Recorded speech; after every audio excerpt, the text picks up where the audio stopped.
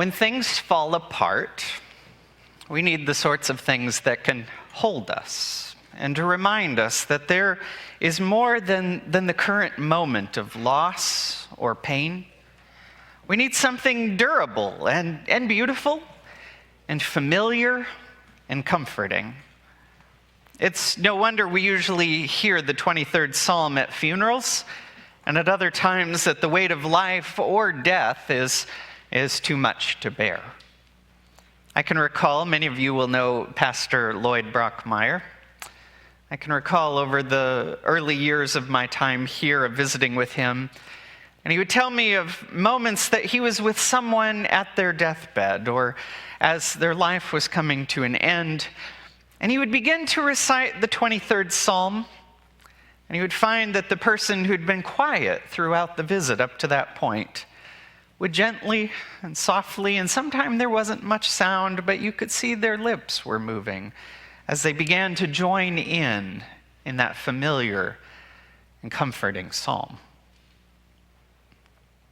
We must not take lightly the things that have that kind of power to ground us. One author, noting the challenges to preaching such a beloved and a familiar passage like the 23rd Psalm, suggested that the best approach may be to simply read the psalm slowly, thoughtfully, and then just sit back down. I considered that for today, noting the challenge of this moment. But I also know that there is a risk in the familiar. If we settle in with the comforting cadence and the grounding familiarity of the psalm, we might miss the source of life and power within the beloved form. So let us slow ourselves down a bit today and consider the source of power in this beloved psalm, and that is the psalmist's God. The 23rd Psalm, like many of the Psalms in the Psalter, is credited to David, the one who was forgotten as a child because he was out shepherding in the fields. We know as his story continues that God had not forgotten him, and he would become the shepherd, the king of Israel.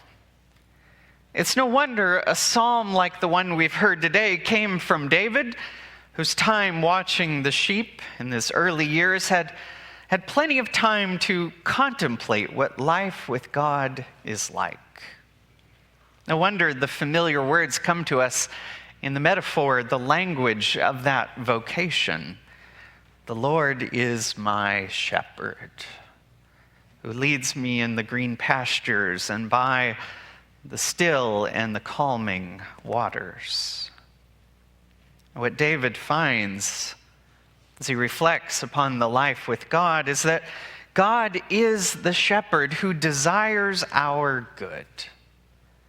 The God who guides us into good things, provides for our needs, and the one who seeks in all things a good, abundant life for us.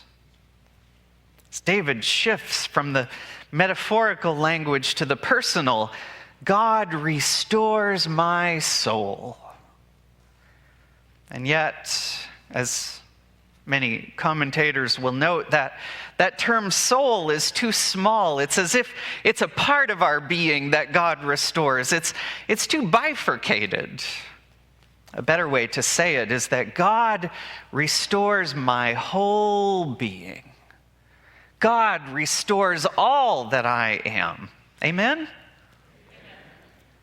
Indeed, the God who leads us into places of beauty, peace, quiet, calm, provision, and rest is the God who is intent on our well-being in the most broadest of ways. God desires our good and leads us in the way of life. And for some, though,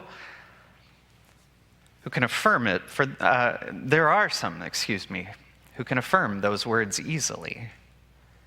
And yet, there are others among us who have experienced profound loss, profound suffering.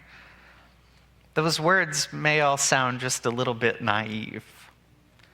For some, especially in the times of great loss, comfort is elusive. Calm is hard to find. And really, even for those of us who have it the easiest in life, there are times that all of us will feel like it's all out of control.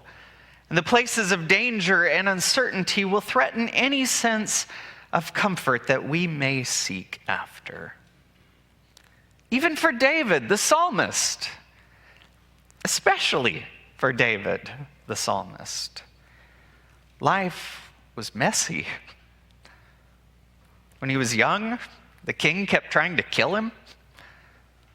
David's reign as king when he was an adult was marked by war and conflict, and his family was an utter mess.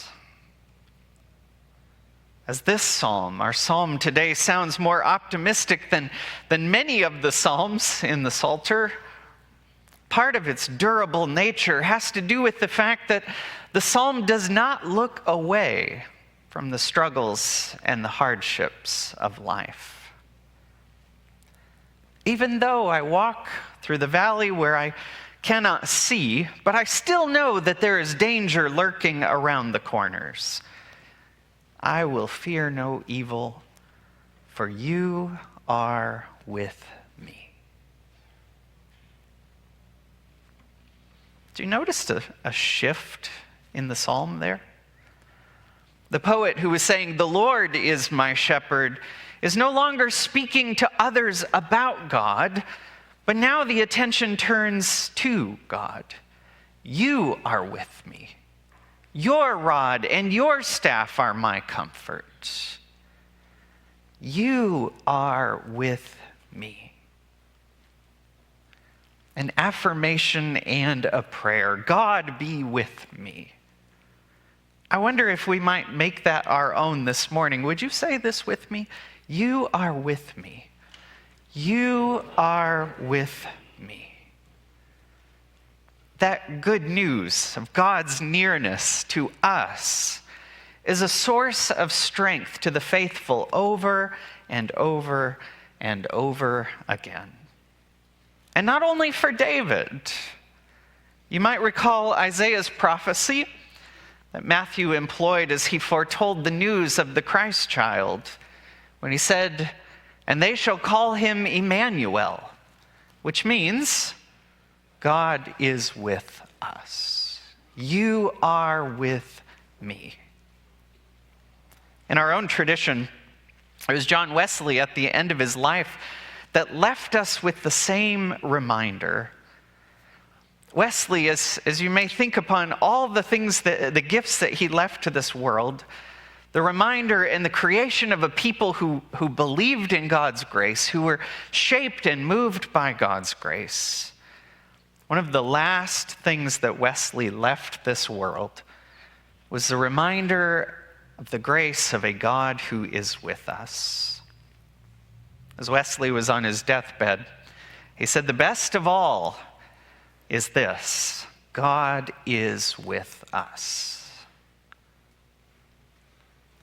And the comfort that we find in the psalm is richer yet than simply God's nearness. For the God who leads us into peaceful places and who accompanies us through the uncertain places to get there is a God who does not leave us when we stray from the path. We know those familiar words from the psalm, "Surely goodness and mercy shall follow me all the days of my life." But translators agree a better way to speak of God's goodness and God's mercy's work is not simply that they follow us or that they seek after us, but it's a little bit stronger language. They pursue us. Surely God's goodness and God's mercy pursues after us. They track us down to find us wherever we may be. David's God is the one who restores us and brings us back into right relationship and into the fold. few years back, or maybe several years back at this point, we had Richard Bruxvert Culligan come. He's done a lot of work on the Psalms. You might remember singing God is Holding My Life. We sang that song a bunch while he was here. He led us through a reflection on the 23rd Psalm. We were in the upper room. It was a small group of us for an afternoon workshop. And he helped me realize something that I had not seen in this psalm before. I realized as we thought upon this psalm, there's something hidden at the end of it that is a powerful reflection on God's restoring power. But to see it, to hear it, we need to remember a bit more of David's story. Now, you may recall when David was the king of Israel and Judah, this united kingdom, he desperately wanted to build a temple for God in the holy city, in the midst of Jerusalem. He wanted to build a place where there was a tangible and visible presence of God, or a reminder of God's presence, I should say. He wanted a place where God would commune with the people and the people would commune with God, and there would be a present and constant reminder that God is close. But God would not allow David to build the temple. Because David was a man whose time was marked by war and conflict. His reign was one marked by bloodshed. God said, "You will not build a temple for me."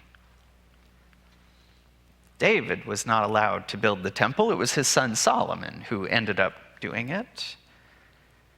And yet, consider how David in the psalm speaks at the end of this psalm. "And I," David that is, "shall dwell in the house of the Lord my whole life long." Our psalm is a story of restoration, a story of David's deepest desires being fulfilled in the presence of a God who said, "You can't build a house for me, but there's space for me or for you in my house." The God who draws near is the God who desires our good. It's the God who walks with us through the most difficult challenges of this life. It's the God who restores us, even granting us the desires of our heart. The 23rd Psalm is a deep fount of refreshing waters for us, because it keeps calling us back to the goodness of a relationship with our God. As I think upon my own life, I don't have a dramatic story. I never had a king trying to kill me. My family's generally not a mess. Many of us don't have the kind of story David had. But as I think back over the years of my life, I can certainly look to key moments when I knew that God was with me. I can find places where I went off the path, and I can say, surely goodness and mercy pursued me and brought me back. And when I look at the whole, I see a God who desires to make a place in God's house for me. How about you? What's your story? One commentator noted, this psalm begs us to read it as if it were our own, not someone else's. It's not simply David's shepherd, David's Lord, but the Lord is my shepherd, we say in those familiar cadences. It might be the reason that this is one of the prayers that we run to, the moments when all has fallen apart.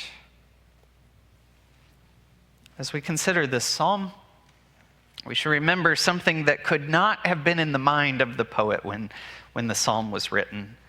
But for us who live on this side of Jesus, how much broader is our understanding of a God who draws near to us? For it was in Jesus that God drew near to take on this stuff, human flesh, that all creation might be redeemed. Now, we often look up here to the cross when we think about God's redeeming power, but we need the voice of the Orthodox Church as well, tradition that deeply influenced John Wesley too. And in the Orthodox Church, the cross matters. Don't get this wrong. But it wasn't simply Jesus coming to die that redeemed creation. It was the incarnation, God being with us, God taking on our flesh, living life with us, that had the very power to transform and redeem all things. We ought to consider that. But today, take heart. God drew near. God draws near to love us. And God is still seeking to accompany us through this life. And may that be a thought that always remains a familiar comfort through all the experiences in the midst of this life. Amen.